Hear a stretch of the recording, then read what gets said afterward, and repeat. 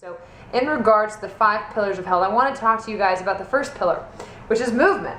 A lot of people think that as a mental health therapist or someone who kind of talks about it in the sense of working in performance, that I wouldn't necessarily want to really know much about, whether the fact that you're working out, you're going on walks, or you're just moving your body, those types of things. But I kind of take a different approach. I have very much a holistic, integrative kind of approach, kind of sitting in the back of my mind whenever I'm working with a client.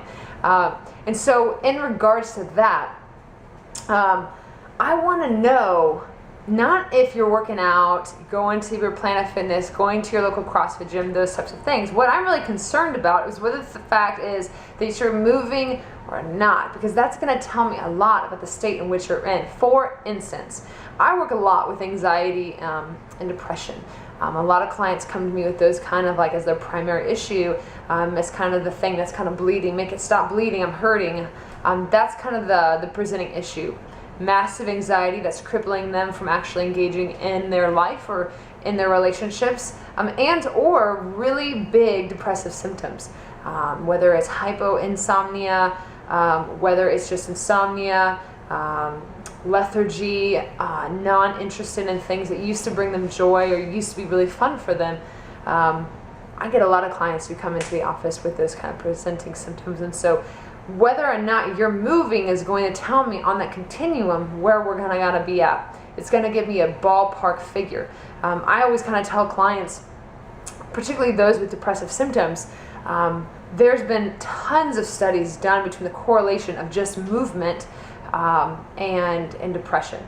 And people who just do, really light, moderate, 30 minutes of exercise 3 times a week, who identify as having depressive symptoms, see a over 50% reduction in their symptoms, as opposed to the clients who don't do anything. Whether they just do counseling or they just kind of live with that depressive kind of state.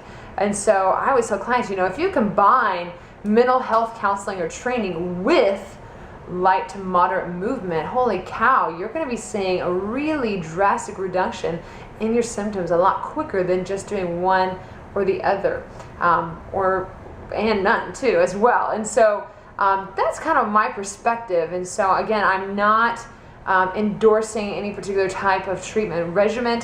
I am a CrossFit Level 1 trainer, and I always tell clients that, but that's not always what's in the best interest for a lot of my clients. A lot of my clients struggle a lot with their weight, which also plays into their depression and or their anxiety. And so I'm not going to go tell them necessarily to go to CrossFit. We're going to start out with realistic, small, attainable goals.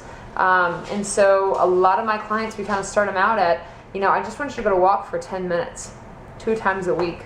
And if we are successful in that, then we'll bump it up a little bit more and more and more and more to wherever their comfort level is and or where their goals are. And so whether it's you want to work with me in the gym setting as well as doing counseling, cool. We can do that because I'm a CrossFit Level 1 trainer. And I've been training people since I was around 16, 17 years of age. So I've got a lot of different resources and tools in my tool belt, if you could say. But that's one of the pillars when I'm looking at someone's health and wellness from that kind of perspective is how well are you moving, right? Are you moving at all? Are you super stiff, achy joints, those types of things? Because we carry a lot of our emotions in our tissues. A doctor once told me, your issues are in your tissues.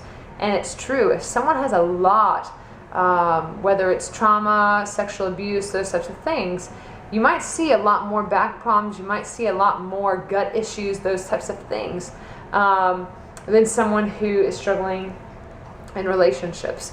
Or maybe who is struggling in another area of their life. And so I take that all into consideration. And again, it really depends on what the client wants, what they're looking to get out of counseling, and if they just want to do counseling, then cool. But if they're looking for something a little bit more, something more systemic and at the root issue, then we can definitely do that, and I'm super jazzed about that as well. So, the first pillar of health, movement. There you go.